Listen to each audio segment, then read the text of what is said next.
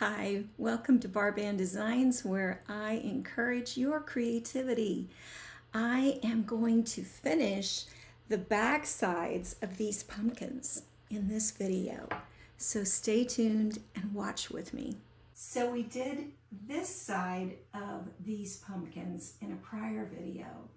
Now let's do the other side in some fun new ways. Again, using chalk transfers, you can get so many different looks. On this one, I'm going to use a really large striped transfer, and I'm going to offset where this is, and we're only going to do a small portion of this. So I'm going to get it pressed down, and there's really no need to tape here because it's pretty clear where I'm going to be going. I'm going to do this dotted line over to this dotted line. And there's enough space that it will be very easy to see where to stop and start. So this shows you that you can use just portions of a transfer. And this is going to look great. So we're just scraping the chalk paste across the surface. And then we're going to scrape the excess off because you don't need a lot, and then you can just put it back in the jar and you're good to go with plenty saved. All right, so let's reveal our great design on this one. Whenever you have a mistake, you can always, actually there's no mistakes in art. You can always do something different. And I smeared that design. And so what I did is I just took a little bit of water and wiped it. And now I have this great stained look, which I actually love. So I am not bummed at all that that didn't take the way I wanted it to. It was a happy accident. Okay, got my hands all clean. Trying to decide. I'm just going to make sure it's good and dry.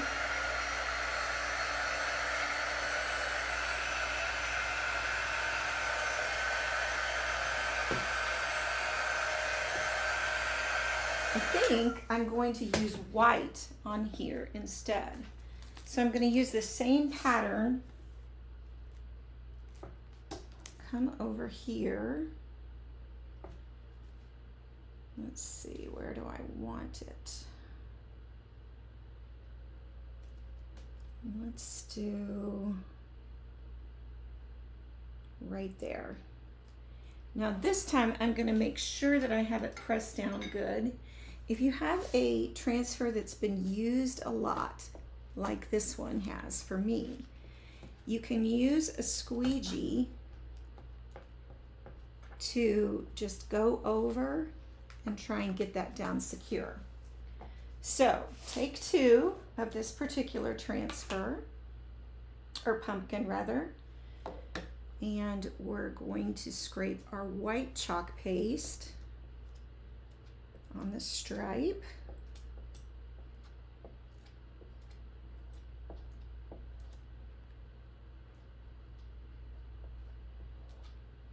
And the reason these pumpkins are porous, and so it soaked the chalk paste up, and that's why I couldn't really take it off very easily. Now I've got a little bump here. Let's hope that's, oh, it's not bad at all. Looky there. I like that a lot. I like that a lot. I've got a little right there that I'm going to scrape off, but there we go. Pumpkin number 1. It looked like it was going to be a mistake, a mess, and it turned out really cool. I actually love it. Love it, love it. Okay, so I'll set this aside to wash. After we are done, let's do pumpkin number 2. Okay, so for this pumpkin, I think we are going to use part of our henna design, but only on half of it. So we are going to kind of get that same look going, but what we're going to do is use some tape. You can use washi tape, painter's tape, and I'm trying to decide if I want it diagonal or if I want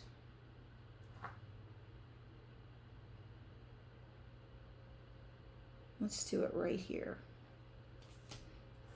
So 2/3 will be done and 1/3 won't be. And I've also got the stem going the different directions since it's the back side. So I'm also going to block that off. Okay, so now I'm just going to go over where the tape is. And that will give me a nice straight line.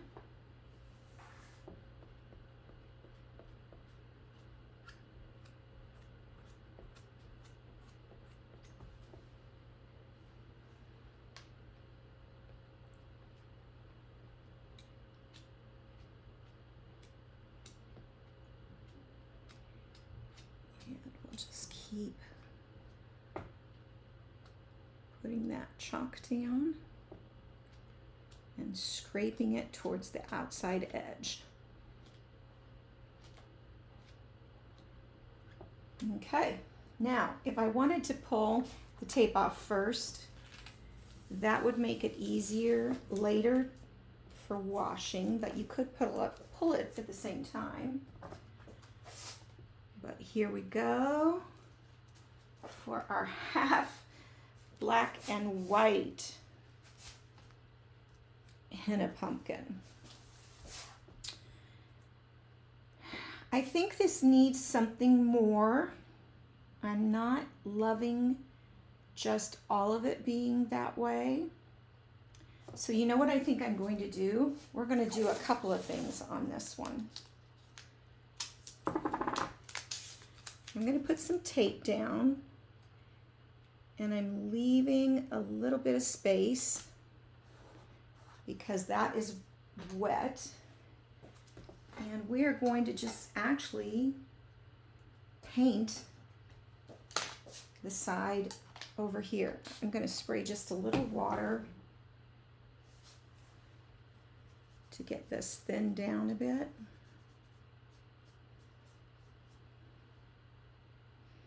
And then we're going to use our chalk paste to paint.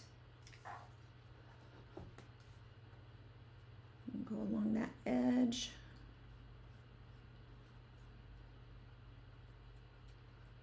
And if I bring my paintbrush straight out, it will not go over the edge there. And I'm going to go back in and just give some nice brush strokes with a light touch. Okay, I'm super curious as to what it will look like with the white stripe in there. Don't know if I like that. What do you think? Do you think I should paint it all the way up to the edge? Let's just make it a little closer. Maybe make now that this is dry, I can put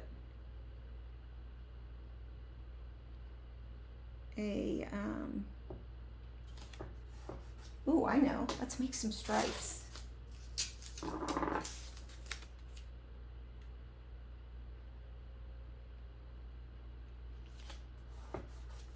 going to put a black stripe right down the center here.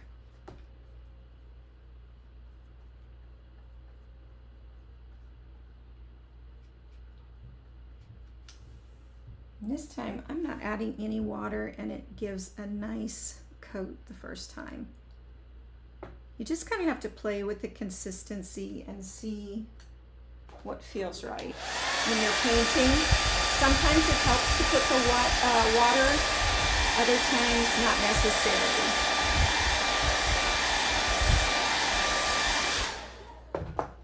This, my friend, is called playing and just seeing what's what. Now that looks good to me. I think that is a fun one. I like that a lot. We're going to do this one with some buffalo plaid. I love me some buffalo plaid.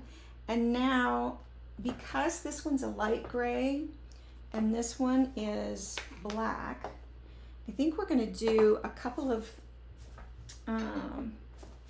things. We've got the pattern here, but we're also going to do a bit of an ombre. So I'm going to do gray across the top half.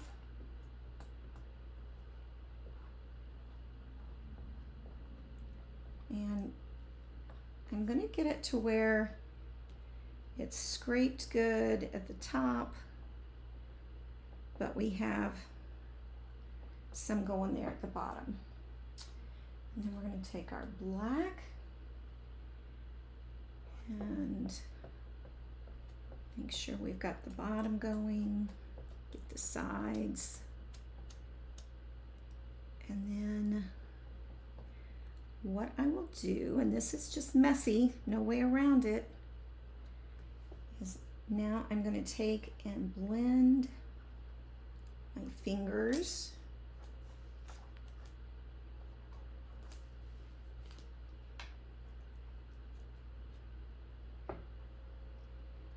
to get that ombre look. So I'm going to blend down, and I'm going to take a different finger to blend some of that black at the. Here is the reveal. Yeah, there we go. So that then kind of ties the two together because of the gray. So we've got our ombre buffalo plaid, our half henna striped and painted, and our striped gray that was a mistake that turned into a happy accident. I think it looks great. I'm still a little feeling like this might be, excuse me, a little too light. That's dry now. So I think what we're going to do is we're going to add a little black to this too. So I'm going to go just to the side of the stripe that I've got going, and I'm going to paint this black too. And then I think they will blend better as a set of three. And once again, this is all about just playing, which that's what it should be. Now you can look at a design and do it just exactly how it was intended, or you can let your creativity flow, and the possibilities are endless.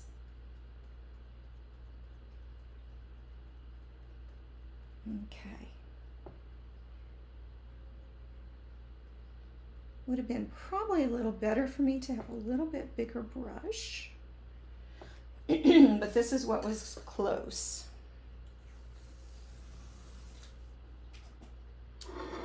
go. I think that balances it out. Wonder if I should add another. I don't reuse that because it's gonna then get black all over me.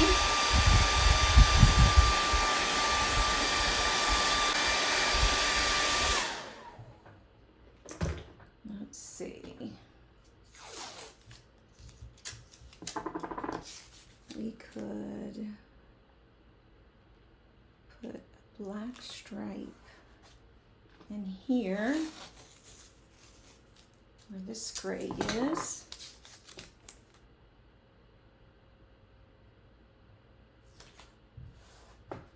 Let's see what that does.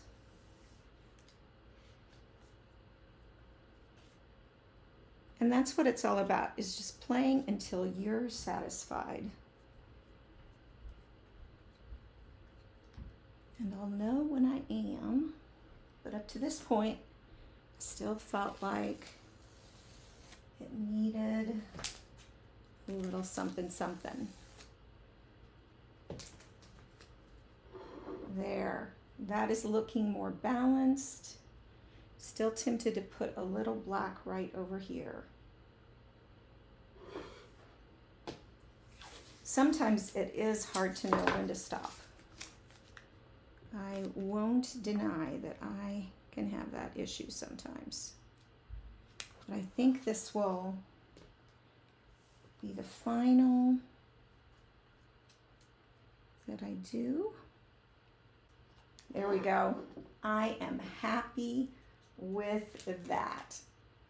That looks awesome. Okay, so gotta hold this one carefully because it's still wet.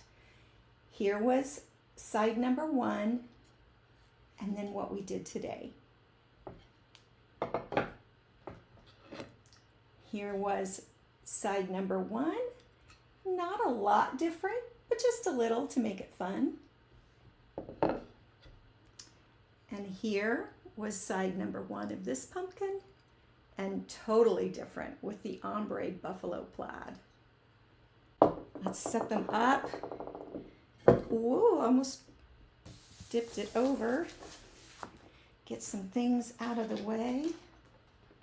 And here's what's great, because you can mix and match them. I could turn this one around and have it with those two. There's no right and wrong. And what's great too is if you have a centerpiece in a table where you get the 360 all around, these are perfect for that. So grab yourself some of our pumpkin cutouts and have some fun.